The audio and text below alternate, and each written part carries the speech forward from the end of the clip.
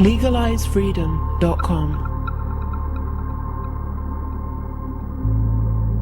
Why are we here? Where do we come from? Where are we going? From the nature of reality to the future of humanity.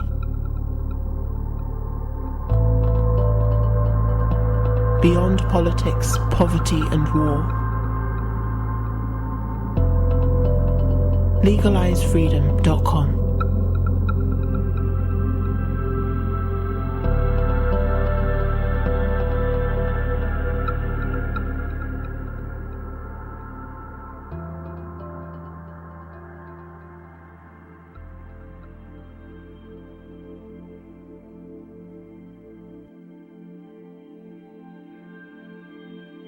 Greetings and welcome once again to legalizefreedom.com. I'm your host Greg Moffat, and my guest today is John Michael Greer, who joins us to discuss the origins and potential outcome of the European Union's ongoing meltdown. The recent Brexit referendum in the UK was never meant to happen. The result of a miscalculated attempt by former British Prime Minister David Cameron to neutralize the right-wing UK Independence Party, Brexit has plunged the nation into a constitutional crisis. While approximately 48% of the electorate voted for the UK to remain within the European Union, 52% voted to leave. As a result, the country is now deeply divided, and the rancour of a bitterly fought campaign has merely intensified since the outcome became clear. The total lack of planning for a vote to quit the EU is also starkly evident in the chaotic infighting and backstabbing that has marred the political aftermath. So just how did this unintended mayhem come about? At the core of the crisis, but unacknowledged by the political class, mainstream media and population at large, are serious systemic problems affecting the economy, the environment and the very foundations of our industrial society. These problems existed before Brexit and they exist now. They would have remained exactly the same whether we voted leave or remain. The problems are global and they are not going away. They are in fact getting worse. For evidence of this, one need only observe the utter farce masquerading as the current US presidential election, or, closer to home, the ominous rise of the far right in most, if not all, European Union countries. Until these harsh realities are fully faced, the pundits, pollsters and politicians will continue to get it wrong. The kaleidoscope has been shaken. The pieces are in flux, and the sky is black with birds coming home to roost. When they do, they will reorder this world. Hello and welcome, John, and thank you so much for joining us once again on legalizefreedom.com. Well, it's a pleasure to be on again. Now, John, today we're going to be, the title of the talk, rather ostentatiously from me, is The Truth About Brexit, which is, that's certainly saying something that we're going to be offering that, but we're going to be offering a nuanced take on recent political events here in Britain. Now, in my introduction, I've set out basically what has been going on, just in case anyone has in fact been living under a rock for the last 6 months. Before we dive into all that, just tell listeners a little bit about yourself and your work in general. A little bit. That's a little complex these days. But at any rate, I'm a writer, essayist. I write on a variety of subjects. One of them is the future of industrial society. That has directed me to pay a lot of attention to some of the recent political changes because, I mean, politics is to some extent the froth on top of the beer of society. But very often, or I should say sometimes, there are situations where political shifts can show major realignments in society, and this is an example of it. So I've been paying attention to the Brexit thing, and generally to the discontent with the EU in various parts of Europe, as with the Donald Trump phenomenon over on this side of the pond. There's been a lot of very similar shouting about those phenomena on both sides of the Atlantic, and that's not inappropriate because in both cases there are some similar things going on. Quite. Now, it's saying something, I think, in some people's estimation, that I've turned to you, an American, to comment on this most British of goings-on. But as I mentioned to you off-air, people are so emotionally and ideologically wrapped up in this at the minute that whatever people think privately, whatever they think in the wee small hours, in their more lucid moments, it doesn't really come across in any of the discussion and debate. It seems, to be extremely polarized. And whether people feel they need to take these positions or not, I mean, people are still reeling from the events, I think. Well, there are several things going on here, and I think probably the best way is to back up a little bit and look at Brexit in its political context, because it shows, as I mentioned, a fairly serious realignment that's beginning to take shape. Let's back up here for a moment to the advent of Tony Blair and New Labour, back in the 90s. What nobody was, or very few people were willing to talk about at that time, and very few people are talking about now, is the extent to which, at that point, the Labour Party basically quietly walked away from its old commitments to the interests of the working classes. It became, as the Democratic Party did over on this side of the pond, it became a party of affluent liberals. And it focused its interests on the causes that were of interest to affluent liberals. It was a great way to kind of carve out a chunk of the voters who had ended up going to Thatcher and to the Tories. But of course, that left ordinary working people in Britain and elsewhere, within Britain, with no place to turn that actually was supporting their interests. Now, a lot of what we're seeing going on in the Brexit controversy is the playing out of that phenomenon. I'm going to say a couple of very controversial things here. I consider them to be quite not fairly easy to demonstrate, fairly straightforward, but you do not say them in polite, that is to say, relatively affluent company. Unrestricted immigration drives down wages. Simple supply and demand. If you have X number of jobs and you double the number of people who are trying to get those jobs, you're going to drive wages down. Unrestricted movement of capital drives down wages because it furthers the offshoring of jobs, moving jobs away from, say, Britain to various parts of Southern and Eastern Europe where the wages are lower. Both of those policies are very strongly supported by the EU. Both of them are very strongly supported by the Labour Party, and in fact by most of the parties in British public life. They're very good for people who are in the upper middle classes and the upper classes, people who are economically comfortable, who get a salary, who don't have to compete for those wage jobs that immigrants are very eager to take up. But both of those policies are, as I said, very bad for the working classes. That's the unspeakable thing.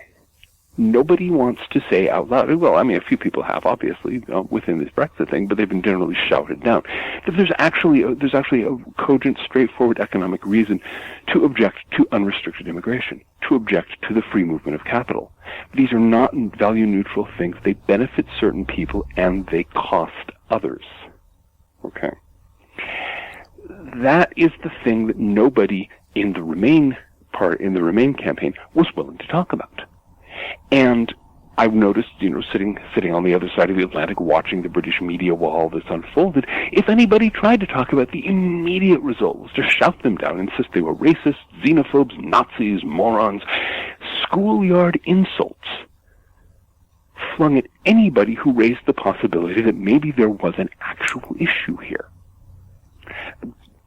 I understand there are very strong passions over these things. There are very strong passions over anything that brushes against racism. Is racism a problem? Of course it is. But there are reasons to object to unrestricted immigration that are not just racism. And that's the thing that nobody in the Remain, in fact, very few people in British public life are willing to talk about. On the other hand, as we saw, when it came down to the election, did you notice that the polls were basically turned out to be wrong? All the polls were saying that, well, probably Remain by a bit or Remain by a landslide, blah, blah, blah. And then people actually went into the privacy of the voting booth, and a huge number of them voted to leave. Partly this is the effect of all those people yelling, you're racist, if you object to immigration, if you object to the unrestricted movement of capital, all these things which, as I've said, have been driving the working class down into poverty and misery. If you object to those, you must be a racist. So a lot of people simply kept their mouths shut. Even talking to pollsters, they kept their mouths shut. They mouthed the approved sound bites, and then they went into into the privacy of the voting booth and cast their vote for leave. Okay, I was going to come to immigration and movement of capital later, but seeing as you've gone straight to it, the thing here... It's the core of the whole issue. Go ahead. Yeah, the thing here is that, like, I've got a bit of an anarchist streak in me. I admit that, and sometimes when the cards get thrown up in the air, I kind of like, ooh, what's going to happen, but talking to friends and colleagues that I have who are upset about this Brexit result, they, of course, are saying, as I would sign on for this as well, of course it's good that people from other countries can come here and take part, and settle and make a life if they like the country and work here and raise a family. And I'd like to think that if I wanted to go to France or Germany, that they would say, yes, come here and be part of our life. Welcome, you stranger. That is something that most reasonable people have as a default. It's like, why would we not want to meet people from other cultures, and why wouldn't, share the country with them? That's the instinct. That's what kicks in for people when they're objecting to this. The question is, how do you square that basic, good, welcoming, natural human instinct to meet your fellow humans and welcome them into your home? And how does that sit with this other side, this economic reality, the cold hard facts that say, oh well, there's a problem here, and oh look, there's a problem over there. That's I see the tension in people's minds. They don't want to say maybe there might be a problem, with immigration, because it goes against the core of their being. Well, now there's some complicated things here, because first of all, even though it's nice to think about, you go to France, you want to go to France, you want to go to Germany, maybe you want to move to Poland. You're not doing that, and neither are a lot of other people. It's all very well to talk about, being willing to come, go wherever you want to and settle down and raise a family. But let's face it, Britain right now cannot provide adequate jobs, adequate housing, adequate social services for the people it's already got. And so, in the real world, it's very nice to try to make everything line up with a single ideal, but life doesn't work that way. So you need to start looking at, okay, what are the actual consequences of putting this ideal into effect, and do we need to look at other ways of doing things? Do we need to notice, for example, that one consequence of this sort of, open door policy is the driving down of standards of living to the lowest common denominator? It's one of the things that you don't hear talked about in the broader sense, when we're looking at opening our doors not only to, say, people from other parts of Europe, but what about people from, Asia and Africa? In the abstract, it's a great idea. In terms of actual economics, you're talking about a situation which would drive down the standard of living across the world to that of, say, Ghana. If you're okay with that, that's fine. But I think most of the people who are talking like that are not really thinking about, okay, do I want to live in a society where the standard of living is that of Ghana? Do I want to live in a third world country? Not because there are people who are with brown skins. We're not talking about that. We're talking about standards of living, economic realities.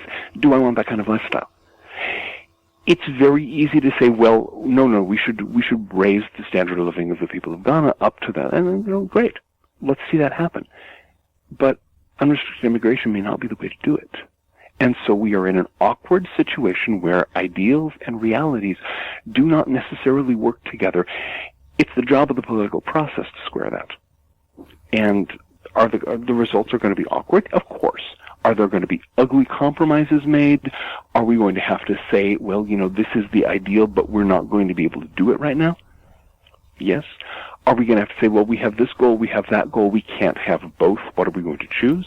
That's what politics is all about. That's what government should be about. And so, just taking the abstract ideal of open borders and saying, oh, sure, wonderful, we should do that. Again, you can do that if you want to, but there are consequences. And I think a lot of, obviously, a majority of people in Britain, or a majority of the people who voted, looked at those consequences and said, no. One of the most incredible things about all of this, having been observing the British political scene for about 30 years, since I was way too young to actually have an interest in this sort of thing, but I did anyway. I've seen some stuff, but this recent thing takes the biscuit, because this was never meant to happen. And for people who don't know, I'll just briefly explain the background here. You had the Conservative Party, now the party of government here, and in the last administration, they were in a coalition with the Liberal Democrats, the third party in the UK, as it was at the time, behind Labour. So they were in a coalition because they couldn't form a government on their own, and whatever the instincts of the Conservative Party were, the Liberal Democrats acted as a brake on that. They kept saying no to things. David Cameron, the until recently British Prime Minister, in going into the last election, he calculated that they were not going to be able to form a government on their own. They'd probably end up in a coalition with the Liberals again. He then, to ward off the threats coming from the right wing of UKIP, the UK Independence Party, who were anti-EU, he said, okay, we'll have your referendum then, calculating they'd be in coalition with the Liberal Democrats and they would nix it. And he could then hold up his hands and say, well, look, I tried. Mm-hmm. Much to the amazement of almost everyone, the Conservatives actually won an outright victory. Now, at this stage, Cameron could still have rolled the dice and said, oh, well, I've changed my mind about the referendum, it's off. Who knows what the cost would have been? But could it really have been worse than what's happened in terms of his own career? So anyway, he goes ahead with the referendum, once again calculating, well, there's no way people are actually going to vote to leave. And then they did, and all hell broke loose. And that's where we are right now. Mm-hmm. Mm-hmm. I would argue that there again, in the last general election in 2015, Cameron did not, nobody really realized how many people were actually in favor of leaving the EU. I think what happened in that election is that a lot of people who normally vote Labour, or normally vote, or probably a lot fewer Lib Dems, but a lot of the sort of the working class Labour supporters, the people who turned out in very large numbers to vote for Brexit, voted Tory in that election because they wanted the referendum. They didn't tell anyone. Again, the polls were wrong. The pollsters were gobsmacked. Because, as you said, they'd been looking at another hung parliament, and all of a sudden a whole bunch of people who apparently said they were going to vote Labour or Lib Dem voted Tory, and there we go. Again, when you make, when the climate of discussion has become such that certain things can't be talked about, then people don't necessarily talk about them, they just go and vote. One of the real problems, if I may reiterate here, is the way that certain things have been ruled out of discussion. Things, you can't talk about that. If you bring this up, you're going to be shouted down, with shouts of Nazi and, moron or what have you.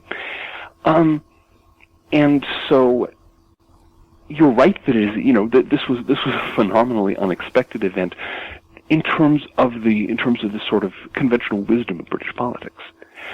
But I think it shows that there is a lot of dissatisfaction with the conventional wisdom of British politics, and I think what would have happened if Cameron had turned around after the election and said, well, I lied, I'm not going to do a referendum after all, is that UKIP would have just kept on growing. One of the things that I've said several times now when people have been going, oh, we've got to have a second referendum, and saying, do you really want, this was before he stepped out, of course, but do you really want Nigel Farage in number 10 Downing Street?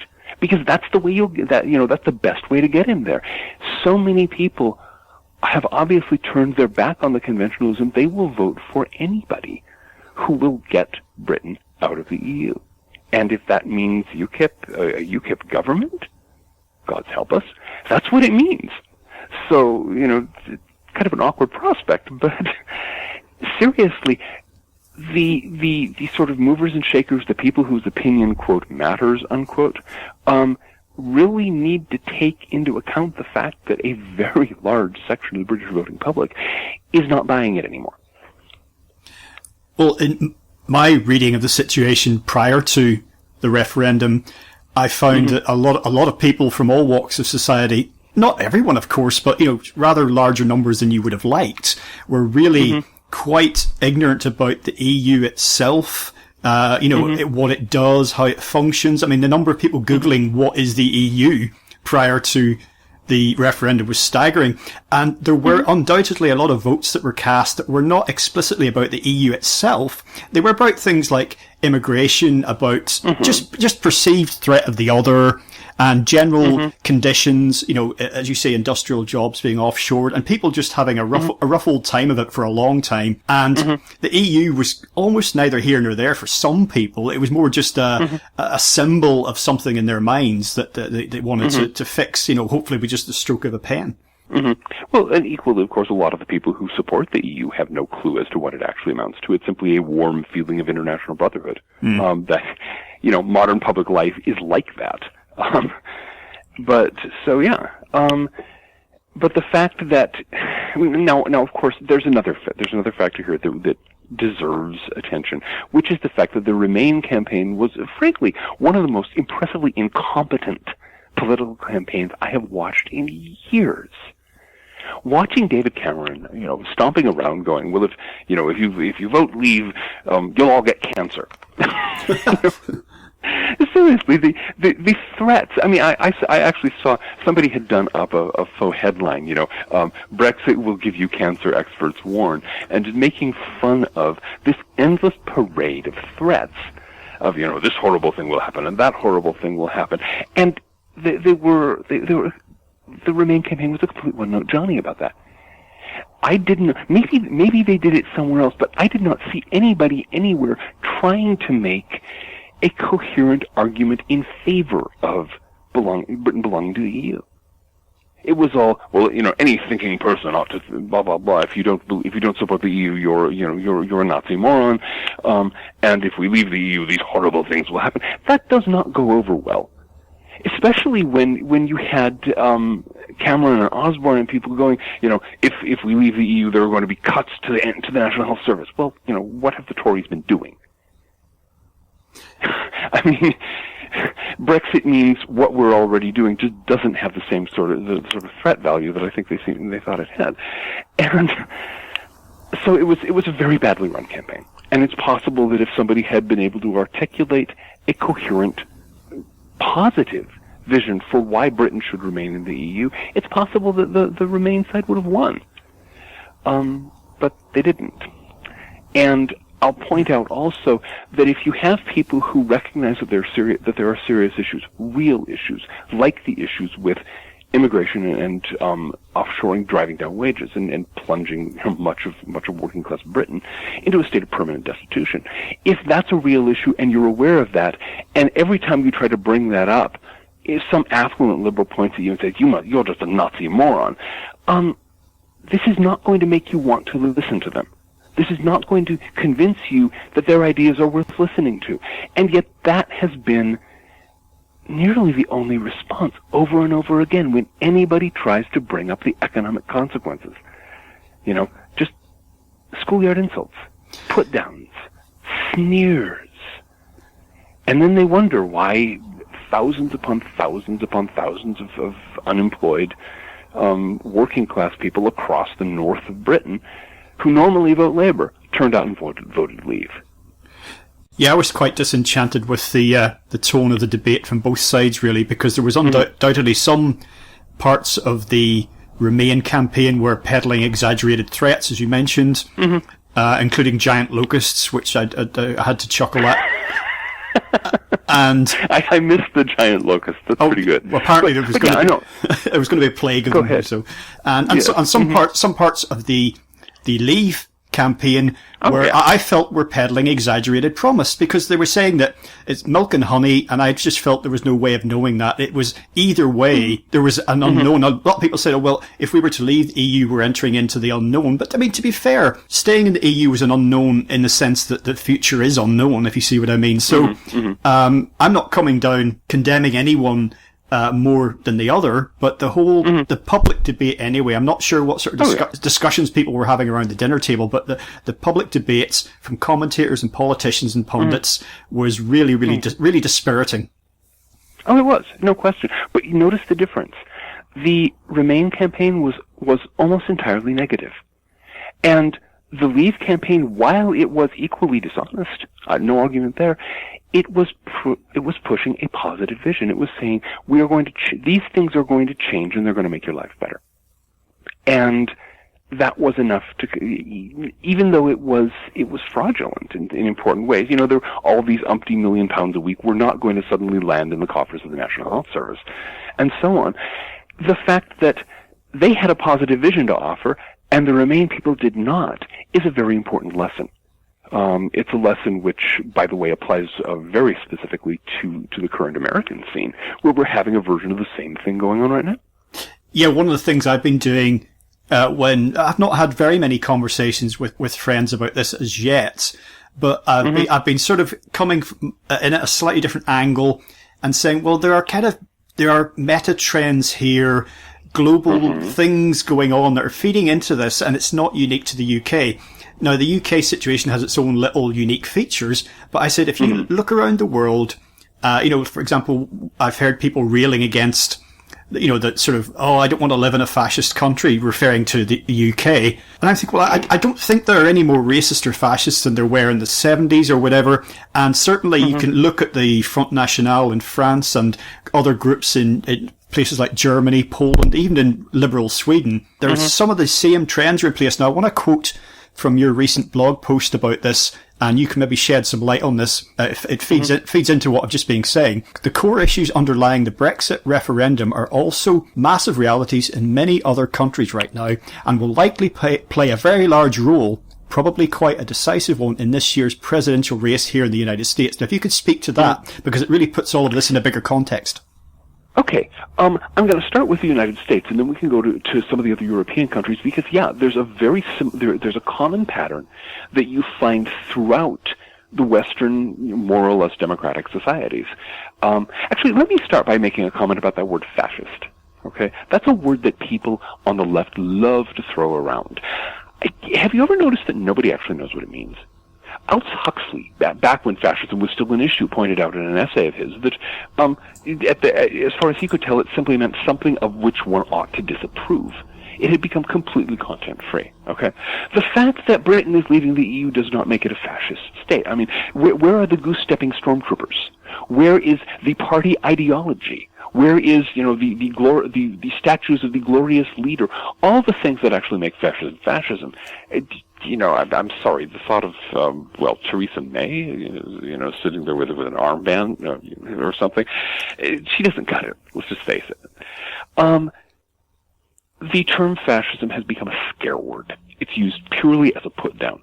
And I think I would strongly encourage anybody who likes using it to actually take the time to learn, to find out what it means, read some good books about actual fascist societies, like, say, Mussolini's Italy, or of course, the example everyone defaults to, Nazi Germany, which was, again, National Socialist rather than fascist. They're not the same thing. Do some research, learn what you're talking about. Don't write, as Tom Lehrer pointed out, don't write naughty words on walls if you can't spell, or if you don't actually know what they mean. Okay. Setting that aside for a moment, Donald Trump, Hillary Clinton. Hillary Clinton is running essentially a Remain campaign. The only thing, she's offering business as usual. She's, Obama's comment of her back 8 years ago. She'll promise anything and change nothing. Remains exactly true. She's the candidate of the status quo, and her entire campaign is basically based around either stealing sound bites from her recent opponent, Bernie Sanders, or talking about how dreadful Donald Trump is. And her followers, her supporters are all, Donald Trump, Donald Trump, Donald Trump. And it's not working. It's not working at all. Donald Trump, Trump's campaign remains more or less level with her right now. And the polls are up and down. Sometimes Trump is ahead, sometimes Clinton's ahead. And we haven't yet seen the opening barrage of the kind of all-on attack that he used that Trump used to level his Republican opponents. Right now, as things stand, Donald Trump is probably going to be the next president of the United States. Now, again, when that prospect is brought up, everybody on the leftward end of things in this part of the country starts yelling, "Oh my God! If you support Trump, you must be a fascist moron." It's exactly the same language. Donald Trump is talking about exactly the same issues that I argue underlie the Brexit vote: unrestricted immigration and offshoring of jobs. He's been talking about that in speech after speech after speech, and none of his opponents want to talk about that. This is why he has, I think, a very, very high chance of winning in November in our general election, because he's talking about an issue that the other people aren't willing to deal with. He's presenting an alternative to the continuation of a mode of business as usual that is absolutely unbearable to the majority of Americans. Right now in America today, it's unless you're in the salary class, unless you're one of the affluent, your chance of getting a full-time job is almost nil.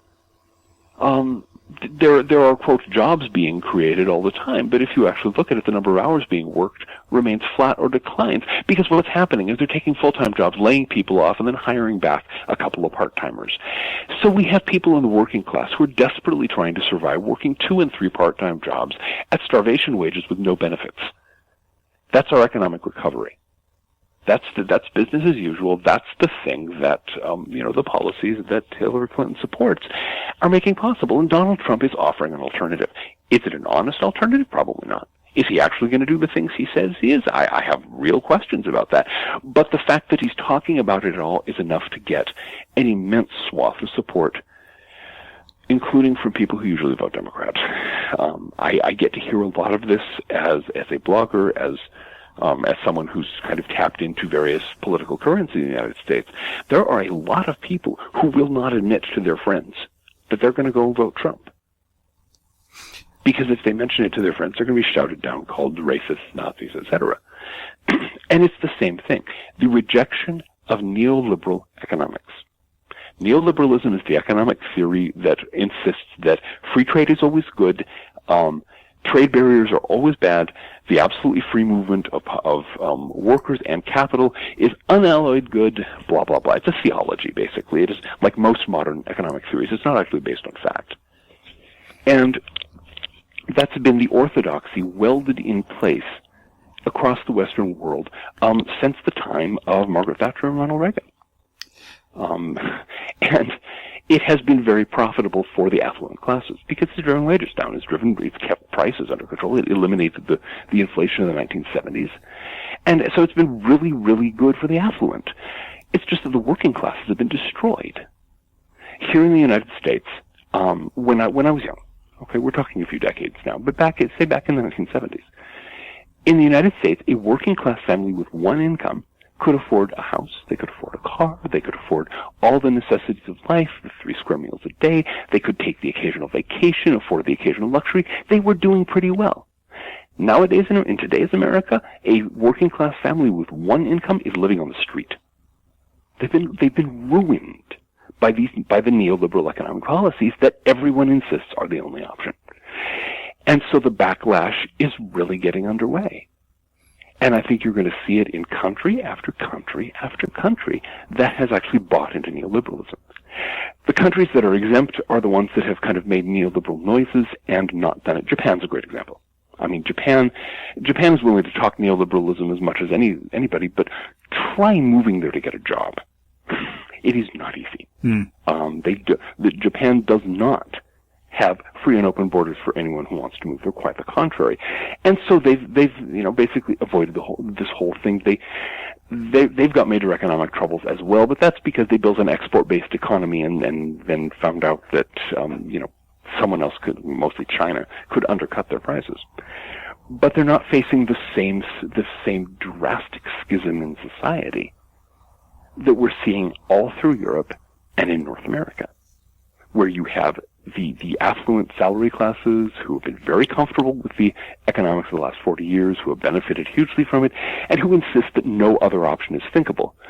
And the great majority of the population that have been driven in face first into the gravel by those policies and are finally to the point of to switch metaphors, their backs are to the wall at this point. One more round of neoliberalism, their survival is at risk. And so they're starting to fight back. We're seeing the same thing going on in Europe right now. The Front National, Alternative für Deutschland over in Germany, all these various parties, the thing that has caused them to be able to coalesce and become a significant force in European politics, a force that may well there's already put people into the the prime ministerships of a number of countries, and is probably going to do that in Italy and France in the near future, is precisely that neoliberal orthodoxy benefits the few at the expense of everyone else, and none of the mainstream parties are willing to talk about that. So people will turn to any party that does so. And in France, it's the Front National. In Italy, it's the Five Star Movement. And so on through the process. Any party that is willing to break with neoliberal economic orthodoxy, talk about the problems with unrestricted immigration and the free flow of capital, and suggest actual solutions, can count on an instant following. And I mean, the Five Star Movement in Italy, you've got a professional comedian running the thing, Beppe Grillo. Okay, he's not a politician. How does this man suddenly lead the most popular party in Italy? Because he's the only one who's willing to talk about the downside of the neoliberal economic policies. The threat here is very simply that, again, let's say that for the French government, the French political class is able to crush the Front National. Okay, that's not going to get rid of the discontents. It's not going to get rid of the problems. And the next person who rallies rallies the French working class around them could have jackboots and an armband. The thing that's actually sort of funny in a very bleak sense about all this yelling about fascism, what created the fascist movements of the early 20th century? It was a specific economic orthodoxy that was driving the continent into economic ruin, but nobody's willing to change it. Again, it was the free trade orthodoxy of the Victorian era. Everybody insisted they had to do it, and because the only people who were willing to change that were people like Mussolini, Herr Hitler, Franco, and so on and so forth, they got into power. I would strongly encourage those people who insist that the modern, current neoliberal economic orthodoxy is the only option, to realize that they could be preparing a rerun of the same phenomena. Yeah, and the whole talk of European integration and unity was to avoid any things like that ever happening again. And the problem is that won't do that. What that could very well do is hand over an integrated, unified Europe into one big dictatorship. Just because it's big doesn't mean it's free from jackboots. Well, I say one of the things that's most noticeable about this, I talked about the polarisation of debates in the lead up to the British referendum, and you certainly see that on the American presidential run at the minute.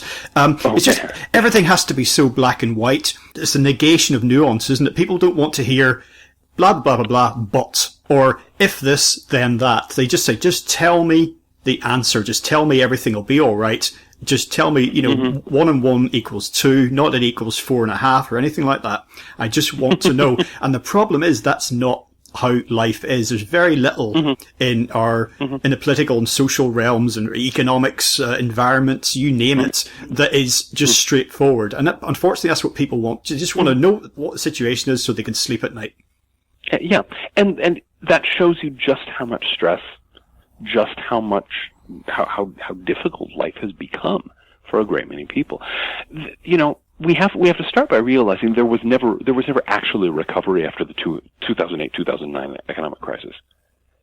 There was a paper recovery. For many people, things have not improved since then. That's true here. It's true in large parts of Europe as well. The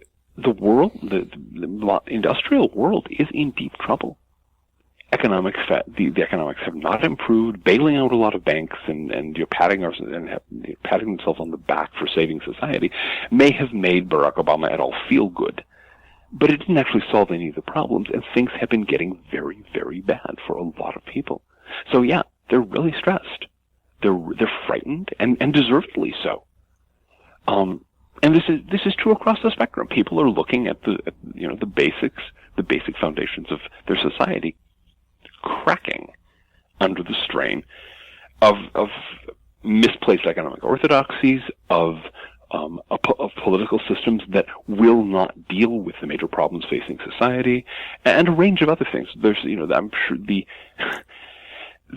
chaotic shifts in the global biosphere That's of course a subject for an entire talk of its own. But that has a lot of people very, very stressed, especially those who insist that it's not happening.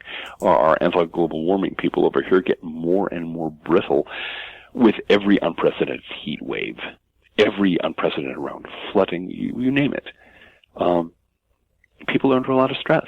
When they're under that kind of stress, they want straightforward answers. They don't want a lot of vague mumbling, and especially they don't want the kind of vague mumbling that amounts to, well, we're just going to have to continue doing what we're doing. They're willing to take easy answers. They want easy answers, but the only answers that many of them are willing to hear are answers that involve changing something, actually changing the way things are done. And unless if your political leaders are not willing to do that, your political leaders are going the way of David Cameron. You see, this is what I find difficult at the minute dealing with this post-Brexit thing, is I see people, I've not had many of these conversations yet because I'm just starting to see people in the course of the few days and weeks since all this happened, people I see occasionally. I see people, British nationals, but I also know a lot of people from mainland Europe, and some of these people are not in a good place. I can, if you were in town tonight, I could take you to meet a couple of people who are really upset about this. I mean, really emotional. They're in distress, and they're saying, "Is this my home anymore?" I'm talking about people who are from abroad, and it hurts me to watch them suffer like that. And yet, if we were to have any conversations about, well, maybe this, the foundations of our society, the way things are done, business as usual, is actually starting to crack and shift a little bit, and we might have to change. I can see it in their eyes. There's, some of them are thinking, look, I've got kids, okay? I can't think about this, and of course that just adds to the strain. I've got kids, I can't think about this. But, the universe the world is not interested in whether we want to think about things. History does not care. And the fact that we don't think about things doesn't make them not happen. The idea of the ostrich burying its head in the sand, it's not a good strategy. I understand that it may be an emotionally necessary strategy, but I think part of my perspective here is that I see a lot of the other side of it. I live in a town in the mountains of western Maryland, the north central Appalachians, which used to be a factory town. It's exactly like hundreds and hundreds and hundreds of towns across the north of England and the Midlands that used to be thriving factory towns that used to have lots of good, steady jobs and now have none. The factories are gone. The jobs are gone. Most of the buildings downtown are boarded up. And people have been, they've been on the other end of the equation from the people that you've talked about, the people from who are from continental Europe, who are going, is this my home anymore? What am I going to do? What does this mean? They've seen their lives ruined by decades of policies that encouraged immigration and encouraged the offshoring of jobs.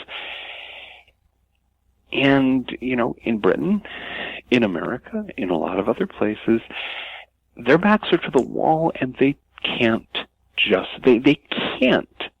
say, I can't think about that anymore. They have to think about it. They have to think about where their next meal is coming from. Because, everything's being cut, benefits are being cut, all kinds of the various stopgap measures to try to keep body and soul together, those are faltering now as our society moves deeper and deeper into crisis. And so Donald Trump comes along. If you were over here, I could take you down into the poor end of Cumberland. Cumberland's a poor town, but it has wealthier and poorer ends. I live right on the edge of the poorest part of town. And I'll show you, rundown housing, shuttered storefronts, a street that used to be a thriving business street and is now mostly empty except for the taverns. Mm-hmm. And the Trump signs are springing up like mushrooms. And people who insist, and you get this in America, just as you get this in Britain, people who insist that Trump or the Leave campaign, it's entirely these wealthy right-wing interests, blah blah blah. They need to come down to places like this. They need to go to the equivalent places in the north of England and talk to the people who have been getting the short end of the stick for 40 years. Talk to the people who have the Trump signs in their yards, or who, hung out the red cross on a white background when the whole Brexit thing blew up. Talk to them and find out what their vision is, if you can get them to talk. And it's not easy, because first of all, you have to convince them that you're not going to just start sneering at them and screaming at them, insisting they must be Nazis. If you can get them to talk, you're going to hear a really savage story about how they've been lied to and betrayed and cheated and had their future and their children's future taken away from them by policies that were, presented in Whitehall or in Washington, D.C. as, this is great, this will be great for the economy, prosperity for all, blah, blah, blah. Yeah, prosperity for all the prosperous. And there's a lot of people on the left who are not willing to make that walk, who are not willing to go and listen to the people.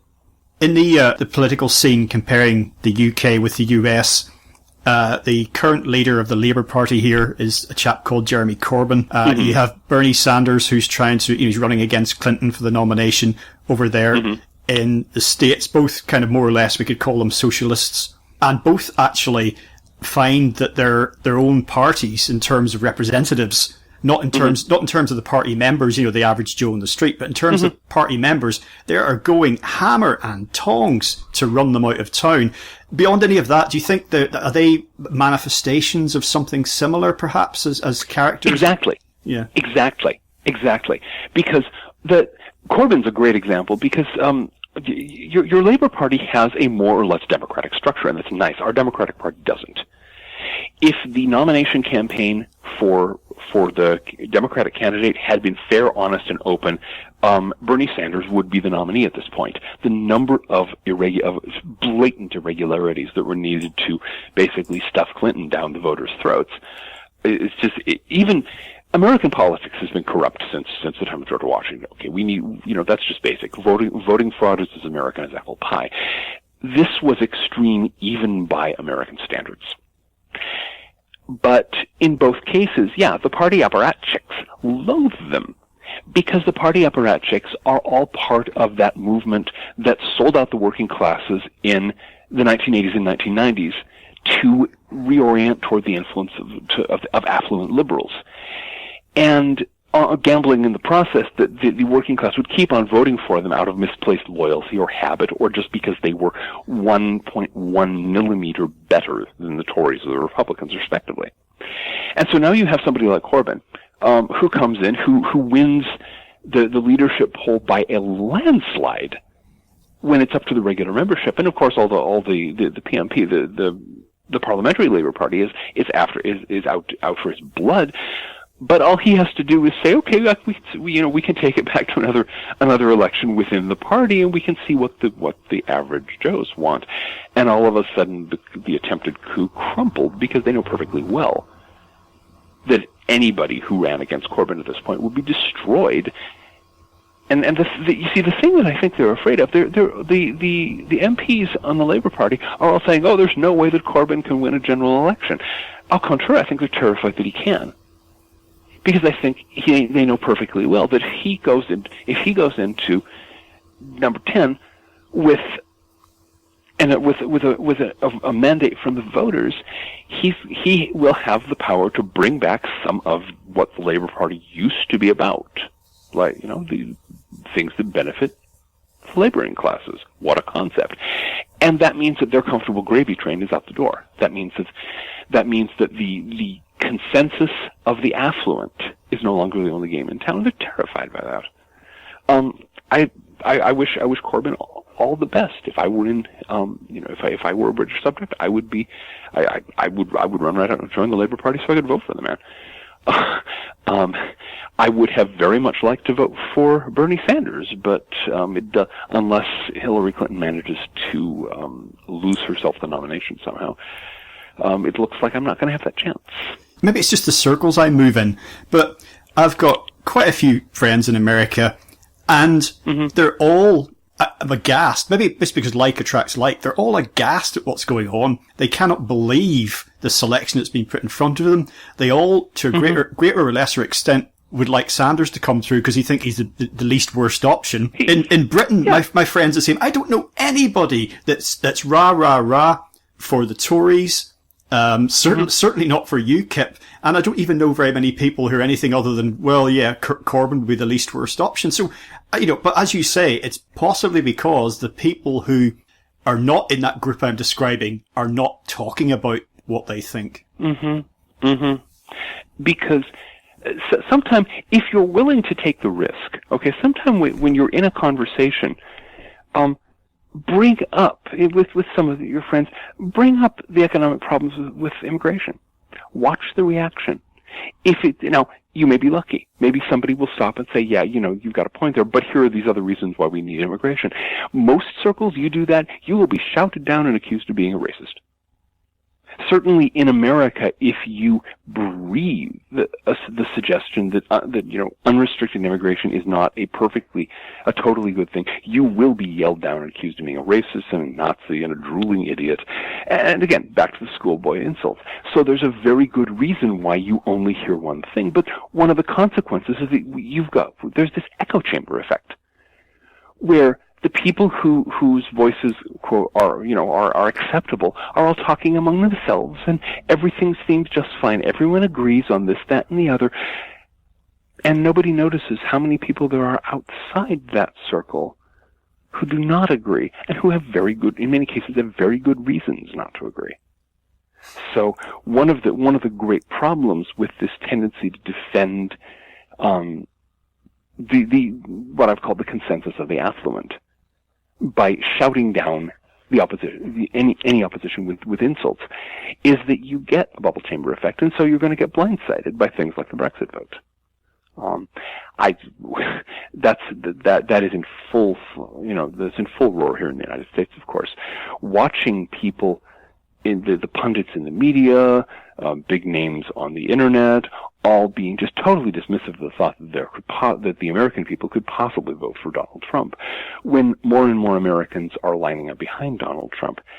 Come November, if things continue the way they're going, they're going to be just left the way so many people are left over the Brexit thing, just with their mouths hanging open in agony. Because how could people have voted for this man who we called, a racist moron? Well, maybe the people were not listening to you. Maybe the people had reasons of their own. Maybe the people don't care what the approved opinion makers think. And that's kind of traumatic if you're used to living in an echo chamber. Thinking back to what you wrote recently about all this, thinking of your quoting from Arnold Toynbee's A Study of History, you point out what he says that this society's in decline, schism into two unequal parts, a dominant minority that monopolizes the political system and its payoffs, and an internal proletariat that carries most of the cost of the existing order and is denied access to most of its benefits.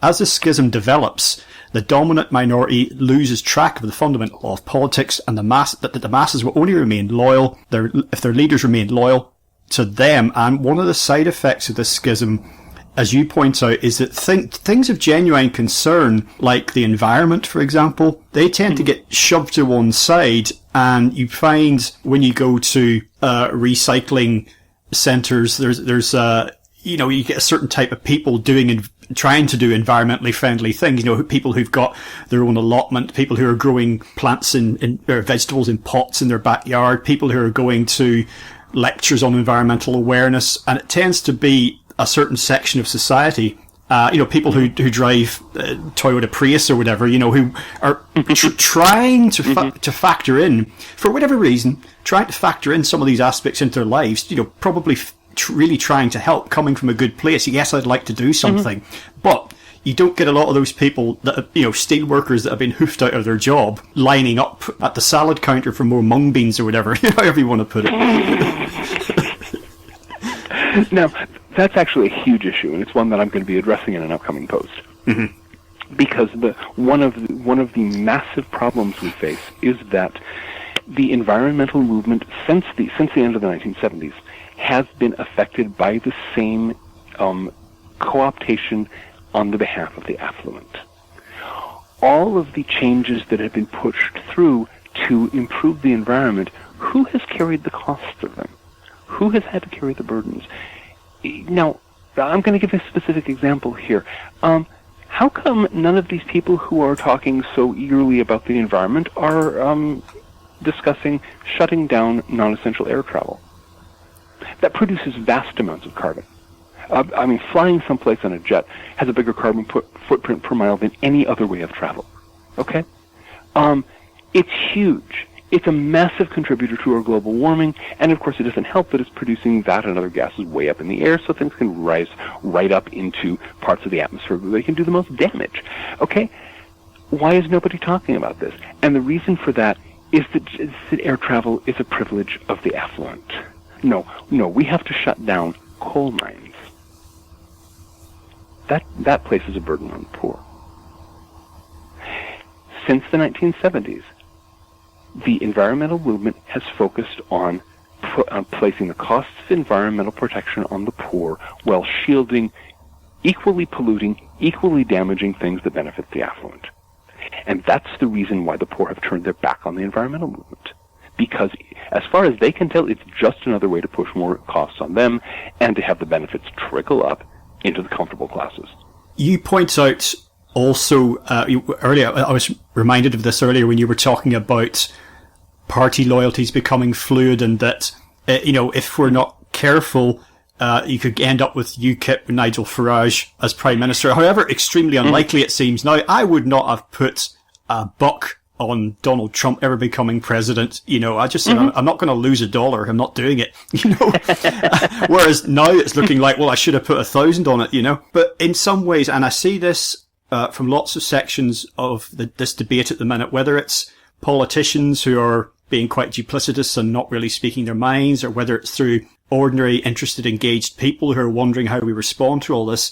And it's like they don't want to placate what they feel are sections of society that they might judge along the lines you described as, as being racist or xenophobes or whatever they feel. But we don't want to give them anything, because then we'll be just giving in to them. But on the other hand, as far as the threat from UKIP and what have you goes, they need to stop poking the wasp's nest, because more of the jabbing sticks in the wasp's nest is not going to calm the wasps down.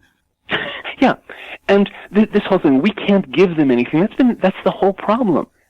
Because what you're saying is we're not going to give the poor anything. We're not going to give the desperate anything. We're not going to give anything to the hopeless.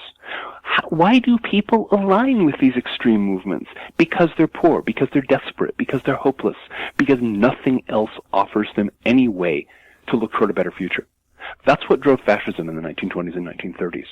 The guy in the jackboots with the armband was the only person out there who's saying, we can fix this, we will change society, we will change the economic system, and we will make it better for you.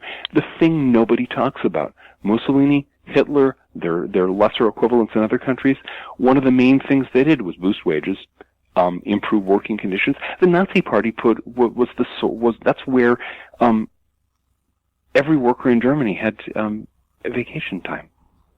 They put that into place. You see, this is one of those things. They were a party oriented toward the masses of Germans, and they actually provided major benefits. Of course, they did a few other things that we all know about too, which outweighed that in very important ways. I grant that. But the fact is, for the ordinary German, until the war actually started getting ugly on their side, until the bombers started rolling over, for the ordinary German, the Nazi Party was a great thing.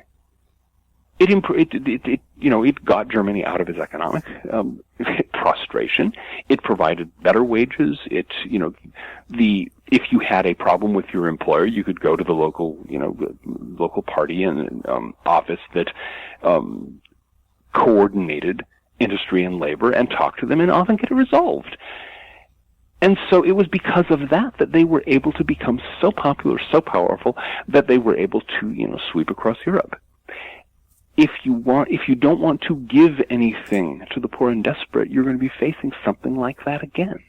Don't remember exactly which one of your books I read from a few years ago, but you mentioned when we find ourselves in the sort of position we're in now, maybe a bit earlier than some of us thought. I think your phrase might have even have been charismatic demagogue, that this is a sort of political leader that would arise. And I remember watching Mike Judge's film Idiocracy a few years ago, and thinking, oh yeah, imagine if it ever gets like this. And then somebody wrote an online article recently doing parallels between Idiocracy and the US right now, and it was kind of scary. But there you go. Trump is, for many people, the definition of a charismatic demagogue. Mm-hmm. And yeah, in fact, that's what gives him his power. He's not doing an ordinary campaign. And this is, the Republicans who were competing against him were totally flustered by this. They were doing everything in the sort of approved, regular, mainstream way. And Trump just walked right past them because he was appealing directly to the voters instead of trying to move the levers of the machinery.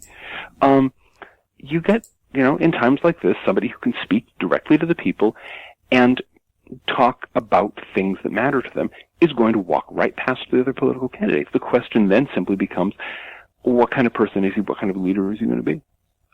We've had quite a few charismatic demagogues in American history. FDR, Francis Roosevelt was one of them.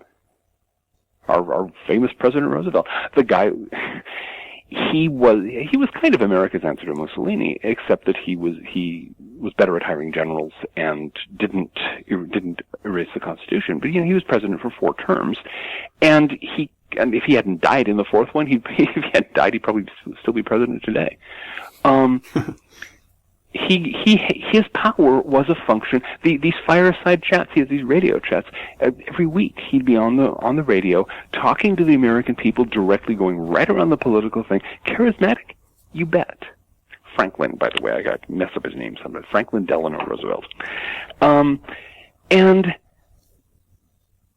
is Trump another FDR? Heck of a good question. FDR was criticized in savage terms by the establishment of his time. One of the terms, you could talk about class issues in those days, so everyone denounced him as a traitor to his class. Well, yeah, he was.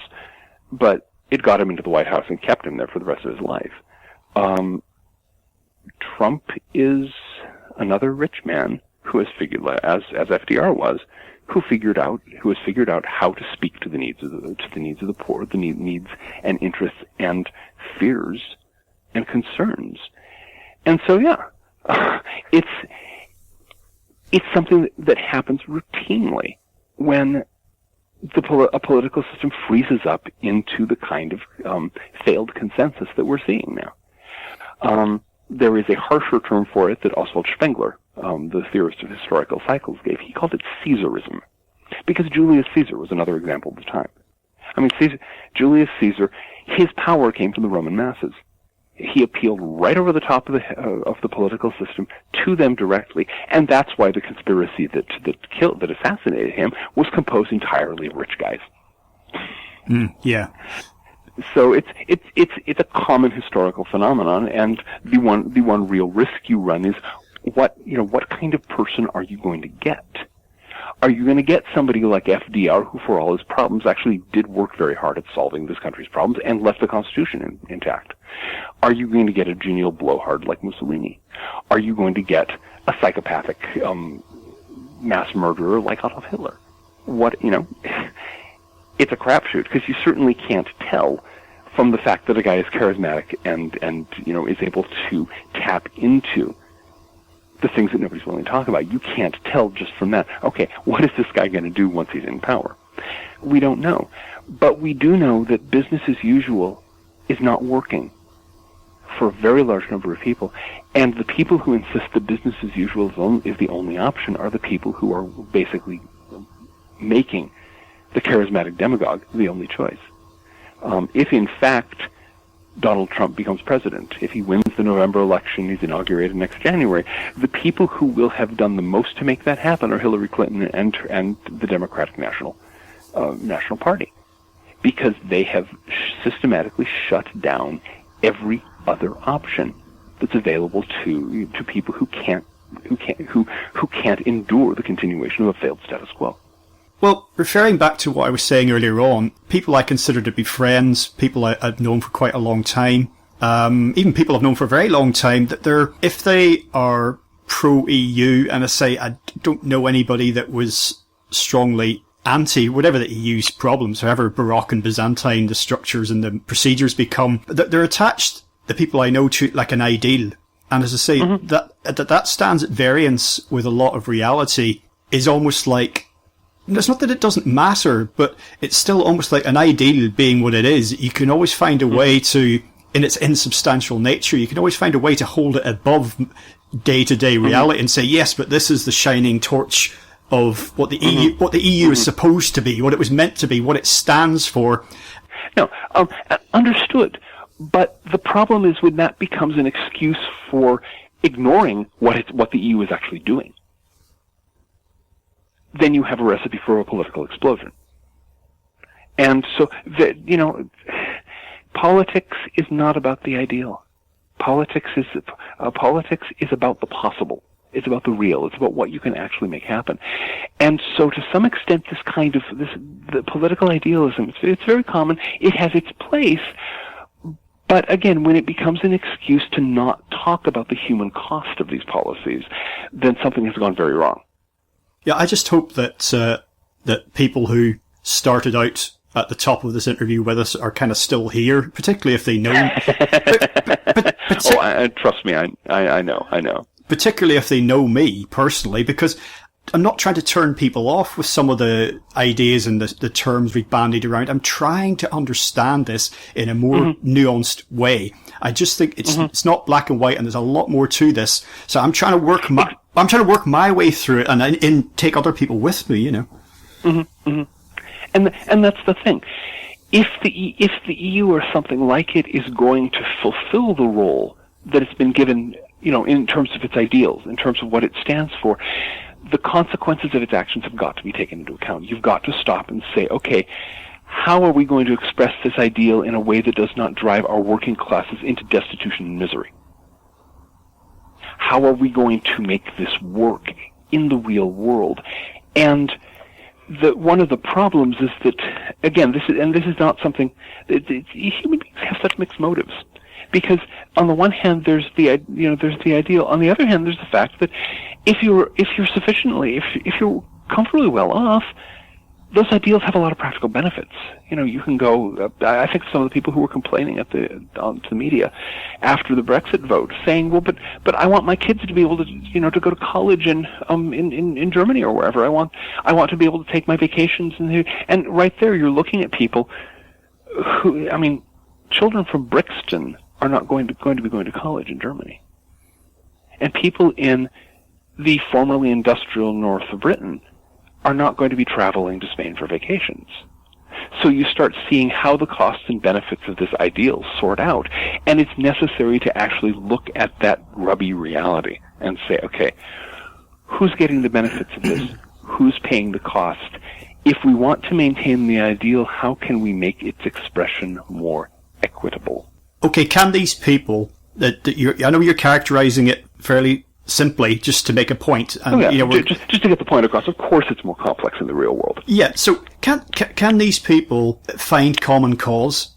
Particularly if one person is on his way to play golf at the club, he stops off at the corner shop to get some cigarettes, and he really likes the Polish guy who runs the shop. But you know what I mean? Can these people ever come together? Well, it's going to take a lot. It's not going to be a fast process, because on the one hand, the guy who's on his way to golf, he has his beliefs, he has his ideals. He thinks he knows the way the world works, and he's also used to thinking about the British poor in a very specific way, and the people drive 10 miles in a different direction into the remnants of an old industrial area and talk to the people there. They have a very different take on things. They've got their habits of thought, which are not necessarily well educated under the circumstances. How could they be? And they've got their prejudices and their ideas. And what I think needs to happen more than anything else is that everybody's voice needs to be heard. Because you can't even start bringing people together until you allow everybody to actually have a voice. You can't have a conversation when the talk is being monopolized by one side. And I think that's the great lesson of the whole Brexit business, which is that if you insist that only one point of view can be brought up publicly, then you're going to be blindsided by the people who've been told to shut up but will not sit down. So yes, I think there can be a coming together, but it's going to be a long, slow process. It has to start with admitting the fact that there's more than one point of view here. There's more than one way of looking at things. There's more than one way to look at the benefits and the costs, and that the whole spectrum of views, the spectrum of the guy in Brixton, the spectrum of the guy in Leeds, the spectrum of the perspectives of all these people, as well as the affluent liberals, affluent moderates, and affluent conservatives who basically monopolize the political dialogue for decades now. All voices have to be heard. Once all voices have heard, then you have a conversation, which is what we call politics. And gradually you hammer your way to a compromise in which nobody gets everything they want and everyone gets what they desperately need. At least in theory, that's how it works. Is it going to happen easily? No. Is there going to be vast amounts of screaming? Are there going to be schoolyard insults flung by all sides? Yes, of course. That's we're human beings. We're not angels. I think there can be a coming together, but it's got to start with accepting the fact that there's more than one point of view that they can get deserves to get a word in. Well, I mean, I played golf for years, and a confession time, Tarma Salata, I like that. I know what it is. Garden centres, frappuccinos, Toyota Prius, art galleries, recycling, free cycling. I even used to read The Guardian, for God's sake. That's my life. And I wondered, but is it immutable? Is that just, can I live out the rest of my life exactly in that way? And I've been questioning it seriously. Well, probably since the 1980s, to be honest. That's where I am. So I understand that I'm carrying, even though I try to be aware of it, I try to be conscious of it, I'll be carrying some of the thought patterns that you're referring to, some of the attitudes, Of course. And you will, and the people who voted for Brexit are carrying their own burden of attitudes and prejudices and assumptions. Everybody does. Nobody has, we all have our own partial views. We all have our own fragmentary grasp on what's actually going on. And one of the reasons that systems, what we will call democracy, by which I don't mean real democracy, pure democracy, but actual democracy as it happens, the grubby reality of party politics and elections and things like that. One of the reasons that is a slightly better system of government than any of the others is that it can potentially give a voice to more of these partial visions, more of these different views. So, adding them all together, a more complete view of what's actually going on becomes possible. Well, I mean, the debates here in the run-up to the referendum was very ugly and ill-tempered. And to be honest with you, I feel in some ways the aftermath has been more so, because walking around the streets now, it's a bit like Invasion of the Body Snatchers. People are wondering, is that other person over them, are they real or is it one of them? Do you know what I mean? Invasion of the Brexit Snatchers. I can see it now. Well, it's it's that lack of trust, I guess. Oh, yeah. And again, this is one of the things you get when you have a consensus that everyone's supposed to accept, and you suddenly find out that there are people who disagree with you. Like, seriously, and it's not just this outgroup. Everybody has their outgroup. Here in America, liberal Americans, it's rednecks, Southern rednecks. They're the outgroup against which it is totally okay in liberal circles to engage in those vicious hate speech, by the way. Everybody has their outgroup who they can assign wrong ideas to, but when you suddenly are forced to realize that 52% of the people around you, or 52% of the people in your country at least, voted for something that you really disagreed with, then you actually have to recalibrate and say, okay, there are actual differences of opinion, deep, profound, enduring. How do we function as a society in that case? Well, we start by accepting the fact that those differences are real and that the people who hold those opinions are not just Lord Voldemort and the Death Eaters, okay? They're not just evilly evil for the sake of sheer evilness. They've got reasons. Just like we have reasons for our opinions, and some of those reasons are idealistic, and some of those reasons are selfish. We're human beings. That's not avoidable. And so then we sit down and say, okay, how are we going to make this work? And then we get into party politics and the fun of democracy, and we try to make something happen. It'd be nice if there were an easy answer. As far as I know, there isn't one. Well, as we begin to wind things up for today, John, I mean, here in the UK, certainly, obviously Prime Minister Cameron recently resigned. Immediately after the vote went the quote-unquote wrong way. And then you had the heir apparent, Boris Johnson, who was run out of town. And you've had other people who took part in the campaign, the Brexit campaign, who've fallen by the wayside. We now have a lineup, a rather unedifying lineup of 2 women candidates for leadership of the Conservative Party. And whoever's elected will automatically become Prime Minister until such times as there's another general election. But very much, I think someone used the phrase in relation to Boris Johnson, it's like, who wants the poison chalice? Who wants this crown of thorns now that, they were all notable by their absence as soon as this actually blew up. I think actually someone like Boris Johnson was also assuming that the Leave campaign would not succeed, but he would again do what I said Cameron would do. He'd hold up his hands and say, "Well, I tried," and he would look heroic for doing it in the eyes of his supporters. Yeah. And no, I think it was a shock to the entire political class to find out that just that they you can only play your games for so long, and then suddenly somebody grabs it and makes it real. And yeah, very likely there's a lot of people wondering what to do at this point.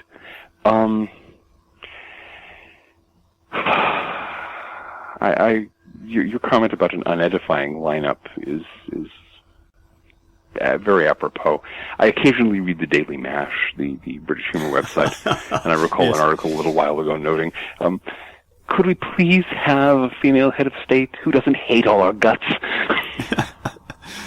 Well, that's that old thing of, when women go into politics and they suddenly cease to become women in some ways, the kind of femininity goes out. Anything that, the things that make men and women different, which are quite valuable, they just get jettisoned, because you have to be this hard ass bitch. You have to be tougher and more masculine than the men in order to compete with them. Yeah, Hillary Clinton here, she's being described as a velociraptor in a pantsuit, and not inappropriately. Yeah, quite. Okay, John, final point. I'm going to put you on the spot here. Final point. Put you on the spot. If you'd been in the UK, would you have voted Leave or Remain? It would have been a very difficult choice, but I would have voted Leave. All things considered, between the profoundly undemocratic nature of the EU, the fact that it's very obviously trying to move toward becoming a European superstate in which the voice of the voters has no power. The major problems with unrestricted immigration and capital flow, the likelihood that voting Remain might well have put Nigel Farage into number 10 Downing Street, which is not something that I particularly wanted to see happen. There would be a range of reasons. It would not have been an easy vote, but I would have voted to Leave. Okay, well, I can see how we might have undone all our good work here, because people will be pointing at the computer now going, "I knew it, she's a Nazi!" But that's the thing. I would hope that everybody who went into the voting booth at that thing had been thinking through all the issues, the things that the EU did that were good, the things the EU has done that are very dangerous, the thing pro and con, and not just doing a knee-jerk vote one way or the other. I'm afraid that probably didn't happen in a lot of cases, but that's the situation. Okay, John, as far as I know, last time I spoke to you, you don't have a website as such, but you've got your blog, which you update every week unless you're on vacation or something like that. And so tell people about that. And I believe you've got a new book coming out in the not too distant future. I always have a new book coming out. The blog is The Archdruid Report, to http://thearchdruidreport.blogspot.com. If you simply do a search for Archdruid Report on your favorite search engine, it'll be on the first page. It's basically every Wednesday night, Eastern Time. I put up a new essay, and then the conversations begin. And let's see, then the book that's coming out shortly is a nice, cheery, heartwarming title, Dark Age America: Climate Change, Cultural Collapse, and the Hard Future Ahead.